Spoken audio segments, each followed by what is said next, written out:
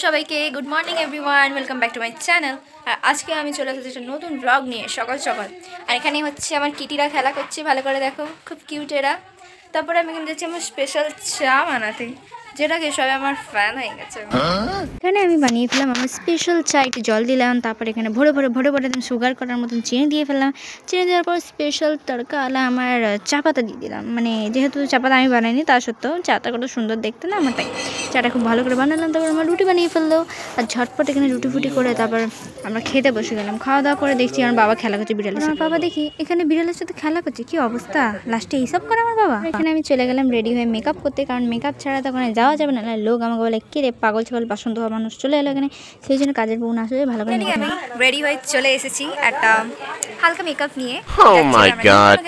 চলো ততক্ষণ এখান থেকে আমাদের টোটোয় উঠতে হবে। তারপর এখান থেকে আমি আর মা হেঁটে হেঁটে চলে গেলাম টোটোর কাছে। টোটোয় উঠতে হবে, এখান থেকে টোটোয় ওঠার পর আমরা ঝটপট করে চলে গেলাম একটু মিষ্টি নিতে, কারণ মিষ্টি না ছাড়া নেওয়া যায় না, কারোর বাড়ি ঢোকা যায় না। এখান থেকে আমরা খেতে বসে গেলাম, বাড়ি ফাইনালি পৌঁছে গেলাম। এখান থেকে আমি চলে গেলাম খাওয়া দাওয়া ভাজা। তারপর চিকেন ছিল, পোলট্রি চিকেন ছিল, দেশি চিকেনও ছিল, মাটন ছিল অল্প, কিন্তু ওগুলোর করা হয়নি যেহেতু ওগুলো পরে এসেছিলো বলে আমি আর ভিডিও করতে পারিনি। খেতে ব্যস্ত কী করব। তারপর এখান থেকে বসেছিলাম ঘুরতে যাওয়ার জন্য, টোটো করে ভালো করে বসে গেলাম, ঘুরতে যাবো না।